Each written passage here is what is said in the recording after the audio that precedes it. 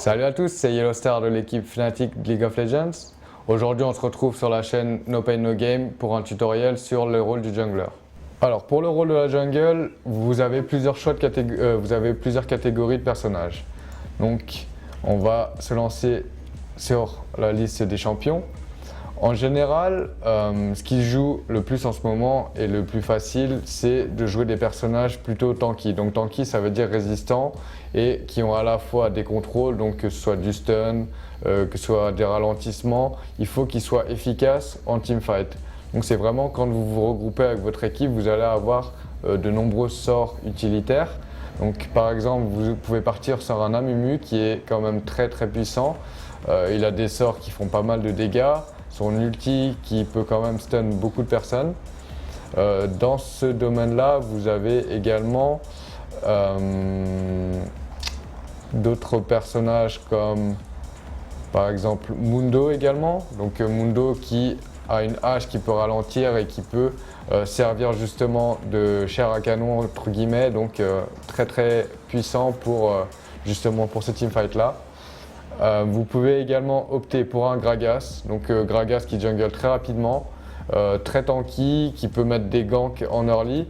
Donc si vous avez besoin d'aider votre équipe ou si vous voyez que vous avez une opportunité justement pour aider une équipe pour lui conférer un avantage en early game, ça va être très efficace. Vous avez également Sejuani. Donc Sejuani ici qui est très tanky et encore une fois qui a beaucoup de CC. Donc tous ces personnages là sont assez lents au début de partie, mais au fur et à mesure que vous allez avancer dans la partie, vous allez devenir très résistant, vous êtes très efficace en teamfight parce que justement vous aurez grâce à votre ulti, donc au niveau 6, au niveau 11 et au niveau 16, vous allez avoir énormément de CC. Donc le CC c'est du stun ou alors du ralentissement. Vous pouvez également opter pour un Malphite. Donc évidemment ces personnages là vont pas avoir énormément de présence en début de partie, hein. Donc là je parle bien des personnages tank du niveau 1 jusqu'au niveau 6. Ils vont plutôt avoir tendance à farmer. Donc par exemple si le jungle adverse a beaucoup de dégâts et va avoir un impact, va avoir beaucoup plus de présence et un impact plus important que vous, vous allez peut-être dire à votre équipe de faire attention, vous devez les prévenir comme quoi vous devez farmer et qu'à partir du niveau 6 justement vous pouvez prendre des batailles où vous pouvez justement gagner. Donc va falloir dire aux laners, donc à votre équipe les prévenir comme quoi il faudrait jouer un petit peu plus safe. Donc par exemple plus opter pour le farm plutôt que jouer sur l'agressivité et prendre des trades. Et Nunu Nautilus aussi, donc c'est deux personnages très tanky, donc ça vous fait quand même une bonne panoplie, hein. Si jamais par exemple vous jouez en draft et que des personnages sont ban, donc vous pouvez prendre toute cette liste de champions qui est quand même bien complète et choisir en fonction des personnages de vos préférences, tout simplement. Donc si vous n'aimez pas jouer les personnages tanky, car ils n'ont pas un gros impact en début de partie, il faut quand même un petit peu de temps pour devenir fort, donc à partir du niveau 6, ce qui veut dire à peu près à partir de la minute 7 ou 8, vous pouvez opter sur des junglers qui vont avoir un impact plus important en début de partie. Donc ces junglers là, ils vont forcément avoir plus de dégâts et par conséquent être moins résistants. Mais si vous arrivez à choper 1 ou 2 kills en début de partie, vous pouvez continuer à enfoncer l'équipe adverse et justement avoir ce principe de snowball pour accumuler les kills et les dégâts. Et donc à partir de ce moment-là, ça va être très bien pour vous pour one-shot les adversaires. Donc dans cette catégorie-là, vous pouvez avoir donc, par exemple un Fiddlestick qui confère quand même pas mal de CC, hein. Donc il a un fier qui permet justement d'avoir du contrôle sur les adversaires. Il a un silence également, donc ça peut être très embêtant. Vous pouvez également opter pour un Shaco. Donc Shaco c'est un personnage très particulier à jouer. Il faut aimer la fourberie, hein. Je veux dire être arrivé par derrière, clean les teamfights, mais vous avez énormément de dégâts. ou dans cette situation-là, vous avez également Lee Sin. Donc vous pouvez partir justement invade la jungle, vous pouvez aller chercher la confrontation dans la jungle adverse. Il ne faut pas avoir peur parce que si vous avez un Lee Sin, un Shaco ou ces personnages-là qui ont énormément de dégâts, vous savez dire que vous pouvez justement tuer les monstres neutres plus rapidement, vous pouvez vous déplacer plus rapidement, donc soit ganker les adversaires sur les lanes, ou alors carrément aller chercher le jungle adverse qui est en train de farmer dans sa jungle.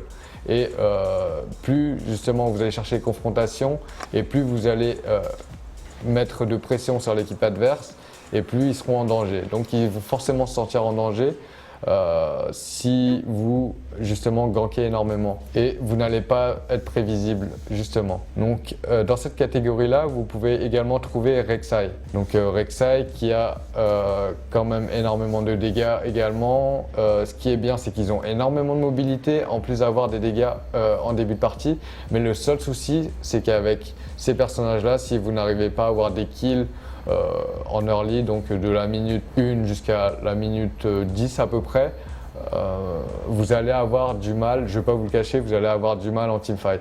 Donc c'est pour ça que les gens préfèrent opter pour des tanks, car quel que soit votre début de partie, plus vous allez avancer dans cette partie-là et plus vous serez efficace et plus vous serez résistant et donc vous allez être utile quoi qu'il arrive dans n'importe quelle situation. Donc voilà, c'est à peu près cette liste de champions là qui montre les personnages les plus joués et ce que je vais pouvoir vous montrer maintenant c'est les routes des jungles les plus fréquentes et comment est-ce qu'il faut ganker et à quel timing.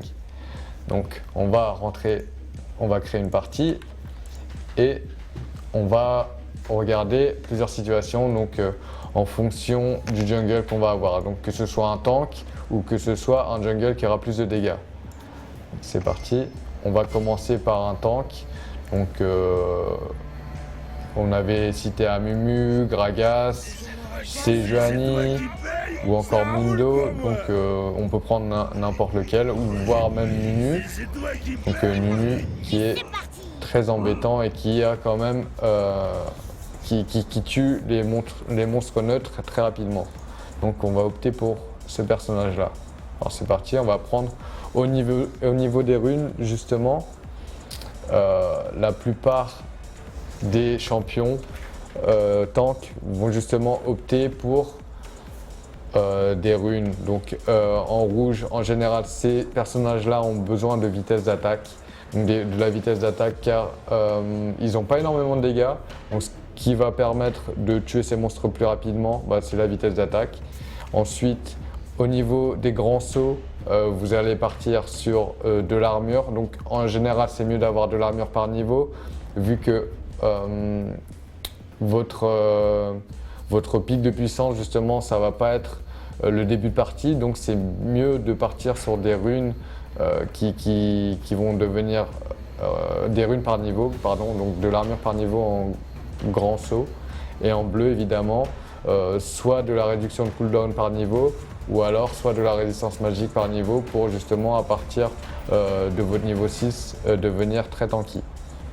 Et avec Nunu on va partir sur la vitesse de déplacement pour avoir énormément de présence et combler justement cette lacune qui est l'early game.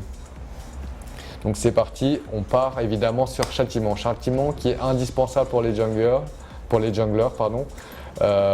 pour justement tuer les monstres neutres très rapidement et justement accumuler ces niveaux-là pour pouvoir ganker. Parce que le jungle, lui évidemment, il va préférer tuer les monstres neutres et se montrer sur les lanes uniquement pour soit aider la team, soit ganker les adversaires s'il y a possibilité de kill. Alors, ce qui va se passer au début, c'est que le jungle va commencer avec la machette. Donc la machette et 2 potions. Donc ça c'est vraiment un start très classique. On part sur un trinket pour avoir de la vision. Et ensuite, on part sur une machette et 2 potions pour infliger des dégâts supplémentaires sur les monstres neutres. Et les potions justement pour optimiser cette route qui est la jungle.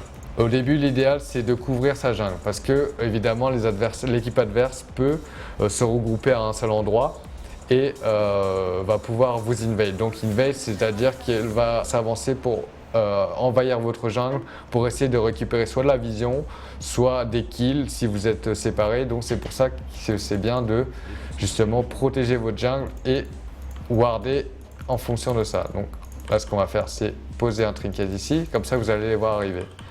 En général, ce qui est bien, c'est de couvrir chaque entrée de la jungle. Donc ici, par exemple, au niveau de la top lane, jungle, une deuxième entrée, quelqu'un d'autre ici et un dernier ici. Comme ça, vous pouvez voir si votre jungle est en sécurité ou non. Donc vous pouvez avoir plusieurs choix au début. Donc vous pouvez opter ou alors pour le gromp ou alors pour le bleu pour justement ganker très rapidement au niveau du bot side. Donc on commence tout simplement. Tac. On va utiliser le smite pour avoir le buff et infliger plus de dégâts aux monstres. Tac, c'est parti. Et ensuite vous allez tuer ce monstre là en utilisant grâce à vos sorts. Donc, voilà.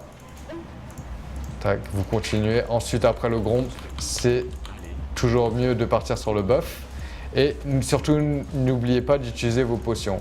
Parce que si jamais vous faites, si le jungle adverse décide de venir vous embêter et que vous n'avez pas de points de vie, il va peut-être réussir à vous tuer et ensuite voler votre buff. Et dans ce cas-là, ça va être très très problématique. D'où l'utilité de la ward qu'il faut poser au début. Donc vous voyez que là on a fait 2 camps et on n'a plus beaucoup de vie, donc 280, ce qui est encore assez bien. Et on a une potion. Et évidemment, quand vos smite up au début, il faut l'utiliser. Tac. Voilà, on tue les monstres neutres, on est niveau 3. Et après avoir clean ces 3 camps, en général, c'est mieux de back, de reprendre de la vie et de s'acheter un objet. Donc là, on rentre à la maison, on achète un objet et si vous avez assez, donc vous achetez une potion. Donc là, ce qui est le cas maintenant. Et vous vous dirigez vers de l'autre côté de la jungle pour justement vous occuper et accumuler de l'expérience pour monter en niveau. Ensuite, dès que vous avez fait vos 2 buffs, donc là je me dirige vers le buff rouge qui est mon second buff, vous avez le choix. Vous vous trouvez du côté bas de la carte. Donc on fait le camp d'abord, tac. Vous vous trouvez du côté bas de la carte, donc vous avez le choix. Soit vous pouvez aller ganker au mid, soit vous pouvez ganker au bot. L'idéal c'est de voir où est-ce que vous avez le plus de contrôle sur la lane. Alors par exemple, là le Kog'Maw il n'est pas forcément en 30 push, tandis que le bot il est en 30 push. Donc qui dit en 30 push, ça veut dire qu'ils sont exposés au danger. Donc on va se diriger vers le bot. Et on va voir ce qu'on va pouvoir faire.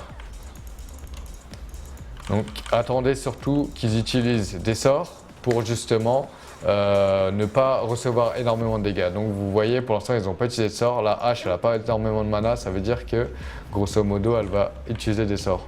Donc là vous voyez que H n'a pas énormément de mana, ça veut dire qu'elle ne va pas pouvoir m'infliger énormément de dégâts. Donc l'idéal, c'est justement d'attendre qu'elle utilise des sorts pour pouvoir ganker. Donc voilà, vous pouvez ganker, donc vous allez avoir des alliés de manière générale. Et ensuite, une fois que vous avez ganké justement la lane où c'est bien push comme ça, vous allez pouvoir justement avoir des kills. Donc par exemple, la hache qui me chase, elle n'a pas de mana. Et on va pouvoir récupérer un kill sur elle. Voilà. Donc une fois que vous avez ganké, l'idéal c'est de soit aider votre équipe à push la lane pour que les sbires s'écrasent sous la tour. Comme ça, votre équipe ne manquera aucune expérience. Donc c'est parti. Et en tant que jungler, vous devez servir de support. Parce que vous n'avez pas énormément de dégâts au début de partie, donc vous allez opter pour des points de vie et des bots. Et surtout ne pas oublier la vision qui est très très importante au début. Et donc c'est pour ça qu'on va partir sur des wards également. Donc très très important, prendre des points de vie pour être résistant et devenir très résistant donc, par la suite. Et des wards justement pour combler le manque de présence en début de partie. Donc par exemple si vous jouez contre un Lee Sin, contre un Shaco ou des personnages qui ont tendance à avoir énormément de dégâts et donc énormément de présence et qui vont exercer beaucoup de pression sur votre équipe, c'est mieux de partir sur beaucoup de vision. Alors si vous avez justement un match-up qui est gagnant avec votre jungle, donc là c'est pas le cas, vous pouvez warder assez offensivement. Donc là vu qu'on a un Nunu, il va plutôt éviter les fights, donc c'est mieux de placer défensivement. Donc là c'est le cas, vous allez avoir de la vision défensivement et vous allez voir si votre adversaire vous envahit votre jungle ou non. Ensuite on regarde une opportunité. Alors qu'est-ce qui est en train de push la lane? Là on voit que Kog'Maw est bien avancé sur sa lane, donc c'est facile justement de pouvoir le ganker. En plus de ça il vient d'utiliser un sort comme on l'a vu, donc on peut aller justement l'attaquer. Tac. Et toujours attendre qu'il utilise des sorts sur les sbires pour pouvoir le ganker. Donc manque de chance, les ganks ne sont pas toujours efficaces, donc ils peuvent marcher. Mais là, vu qu'on n'a pas de coéquipier, le gank ne marche pas. Mais on peut revenir justement, on voit qu'on l'a affaibli pas mal. Et ça va justement conférer un avantage assez conséquent à votre laner. Donc c'est parti, on a perdu la vie, donc on retourne dans la jungle pour accumuler l'expérience et augmenter en niveau. Donc c'est parti, on a de la vision ici qui est très important. Donc on voit si justement les jungles vont gank ou s'ils envahissent votre jungle. Parfait. Et donc il nous reste 2 wards. Et donc il faudra les placer à l'entrée de la jungle pour donner de la vision à votre équipe. Donc même si vous ne gankez pas et que vous vous concentrez sur le farm, pas de souci. Vous justement remplacez ce manque de présence grâce au ward. Donc là on voit bien que par exemple si le jungle arrive par cette rivière là, vous allez justement le voir arriver et votre équipe aussi, et donc vous pouvez jouer en fonction de son placement sur la carte. Donc dès que les buffs sont up, on les fait, tout simplement. Donc on voit que le buff rouge est up dans 7 secondes, donc je commence à me diriger vers ce buff là. Voilà, on arrive à l'heure pour le buff bleu, pour le buff rouge, pardon, nickel. Et ensuite, on se demande ce qu'on va faire. Il faut toujours se poser la question, qu'est-ce que je peux faire après avoir fait un camp? Donc est-ce que je peux ganker? Est-ce que je dois aider une lane? Est-ce que je peux défendre une tour? Que faire? Donc là, l'idéal, ça serait de défendre le mid parce qu'on peut sauver la tour. Et donc, c'est pour ça qu'on va se diriger vers cette tour-là. C'est parti. Et voilà, on a pu sauver cette tour-là. Et donc, on n'a quand même pas énormément de vie, pas énormément d'objets. Donc, on va rentrer à la maison. Et voilà pour le premier round des 2 buffs. Ensuite, dès qu'on s'est occupé de la vision, là, on a quand même conféré un avantage assez conséquent au niveau de l'équipe vu qu'on a posé des wards sur la rivière. Et maintenant, on va plus se focaliser sur un stuff tanky. Donc tanky, pourquoi? C'est pour pouvoir justement encaisser les dégâts et ça va être votre but principal en tant que jungle. Et ce que vous allez opter, c'est partir sur cet objet de jungler. Et ensuite, vous devez adapter votre stuff en fonction de ce qu'il y a en face. Donc par exemple, en face, vous avez Ashe, Tristana, Kog'Maw, Ryze. Donc là, c'est assez compliqué au niveau du stuff pour la simple et bonne raison, c'est qu'il y a beaucoup de personnages qui ont des dégâts physiques, mais à la fois des dégâts magiques. Donc si magique en face, vous allez opter rapidement pour un Iron Solari. Donc c'est cet objet-là. En revanche, s'il y a énormément de dégâts physiques, donc ce qui est le cas ici avec Ashe et Tristana, vous allez opter sur de l'armure et partir sur un randouin assez rapidement. Donc League of Legends, c'est un jeu d'adaptation et vous devez vous adapter en fonction des dégâts majoritaires en face. Donc en early, ce qui fait le plus de dégâts, c'est surtout les mages. Donc grosso modo, vous allez partir sur un Iron Solari pour avoir de la Magic Resist et des PV, tout simplement. Donc voilà comment commencer avec un jungle tank. Et ce que je peux vous proposer maintenant, c'est de partir sur un jungle qui aura plus de pression, qui va exercer plus de pression sur la carte et qui aura plus de dégâts en early. On avait dit qu'il y avait Fiddlestick, il peut y avoir Elise, Lee Sin, Rek'Sai également. Donc tous ces personnages-là ont largement plus de présence en début de partie, plus de dégâts, mais attention, plus on avancera dans la partie et plus ils vont perdre de leur puissance au cours de la partie. Donc si vous arrivez à avoir un impact et que vous arrivez à faire la différence en début de partie, optez pour ces personnages-là car qui dit avoir des dégâts dit avoir énormément de kills et donc vous allez pouvoir avoir un impact assez conséquent. Mais si jamais vous ne pensez pas pouvoir avoir des kills, je vous conseille de jouer des tanks pour justement être constant dans la partie. Donc vous allez servir de tank, donc avoir des personnages très résistants et du CC. Donc en aucun cas, vous serez inutile. Si on opte pour des personnages qui ont des dégâts, on va partir sur des dégâts physiques. Au niveau des runes, ça va donner AD. De l'armure en grand saut et de la Magic Resist ou du cooldown réduit en bleu. Mais cette fois-ci, ça ne sera pas par niveau, car justement, vous allez chercher la confrontation très rapidement en début de partie. Et donc pour les maîtrises, on va partir sur du 21-9-0 pour avoir justement énormément de dégâts. Donc c'est parti. Au niveau de la route, au niveau des junglers, hein, ça ne change pas forcément. Donc tout à l'heure, on avait commencé au Gromp, pour ensuite continuer sur le buff bleu et ensuite les loups. Là, ça va être un peu plus différent. Donc, ce qu'on va faire, comme d'habitude, on commence avec le trinket pour avoir de la vision et 2 potions et une machette. C'est parti. Par où est-ce qu'on va commencer? On a plusieurs options, on a plusieurs choix. Donc soit on peut commencer par le Gromp ou soit on peut commencer par les golems. Car justement, vous allez pouvoir recevoir de l'aide de la part de votre équipe. Donc soit du top laner ou soit de la bot lane.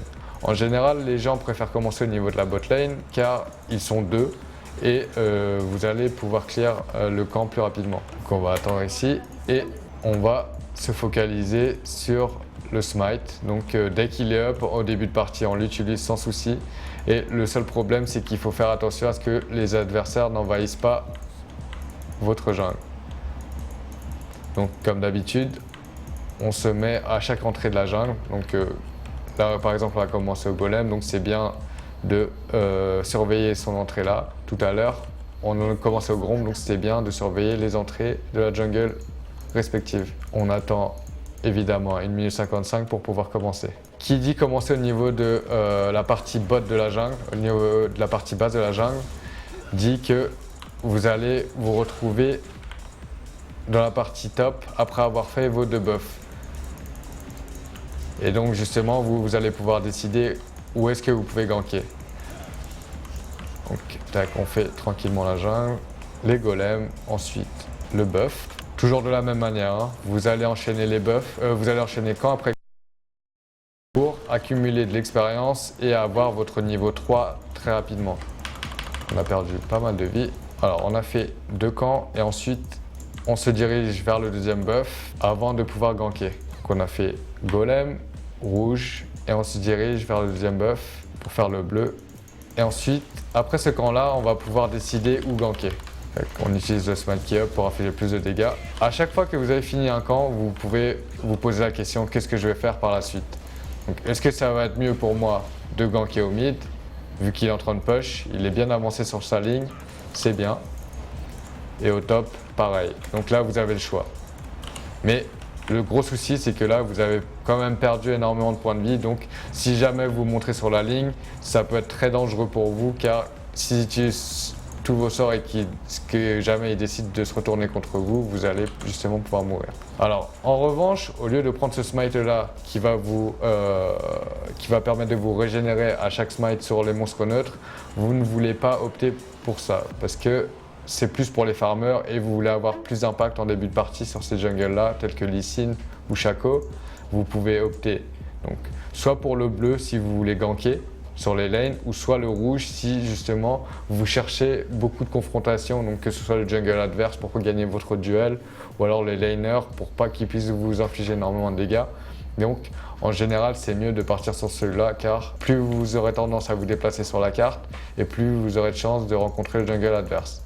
Donc on va opter pour le smite qui est l'enchantement de l'escarmoucheur. Comme d'habitude, on prend des potions et de la vision. Et avant de faire quoi que ce soit, c'est mieux de placer de la vision pour justement voir si vous pouvez repérer le jungle adverse et ensuite voir ce que vous pouvez faire. Donc on se dirige vers la rivière pour placer votre ward.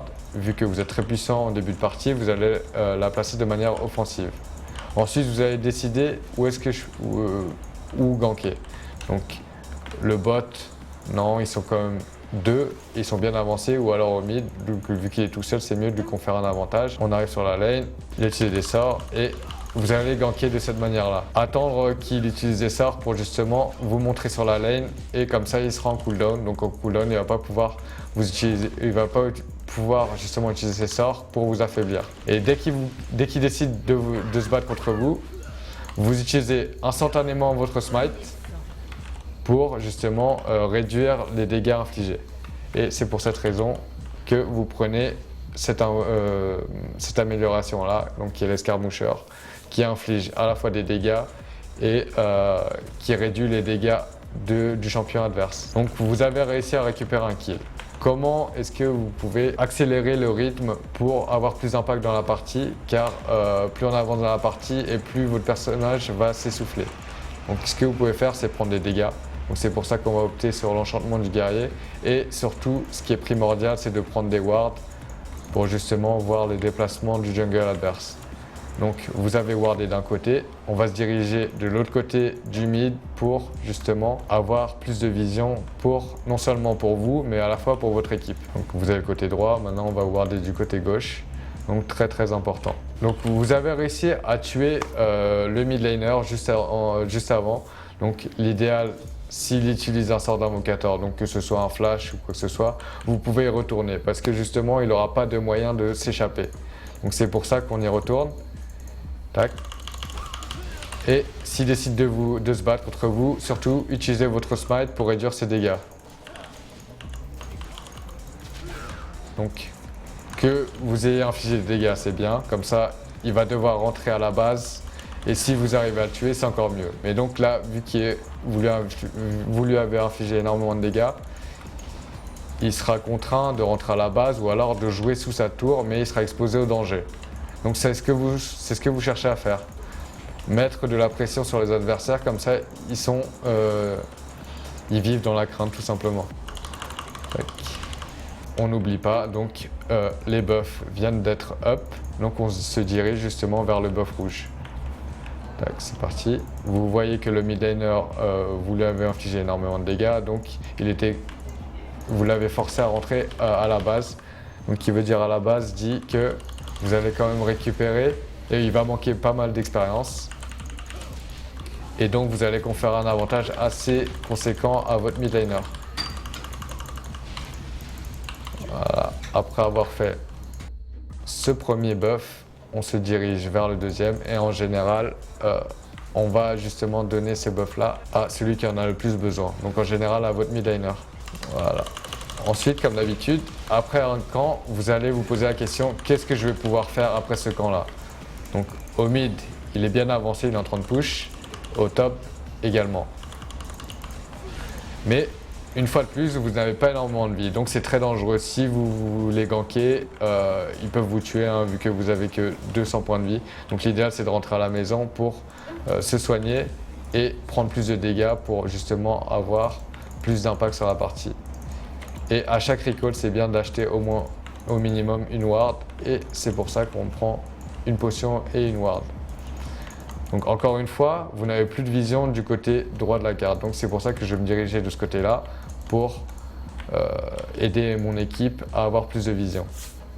Et ensuite, comme d'habitude, où est-ce que je peux ganker? Une fois que vous êtes dirigé là, vous posez une vision, une ward, où est-ce que je peux ganker?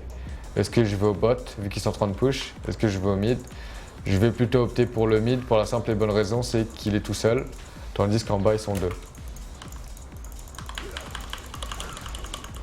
Donc s'il décide de se battre, donc voilà, il a décidé de se battre, donc on utilise directement le smite pour justement réduire ses dégâts. Donc, une fois que vous l'avez tué, vous avez plusieurs choix. Donc si votre mid laner n'a plus beaucoup de vie, aidez-le à push, comme ça il va pouvoir rentrer à la maison et il va pas manquer d'expérience. Et ensuite, cette vague de sbires, la vôtre, va s'écraser sous la tour adverse, ce qui fait que l'adversaire ne va pas absorber toute cette vague de sbires. Donc il va perdre énormément d'expérience et énormément d'or. Voilà pour les ganks et comment jouer l'early game avec un différent jungle. C'est tout pour le rôle du jungler en early game. Si vous avez aimé, surtout n'hésitez pas à liker, commenter et partager cette vidéo. N'oubliez pas de vous abonner à la chaîne NPNG. On se retrouve très vite. À bientôt. Ma souris ne marche plus.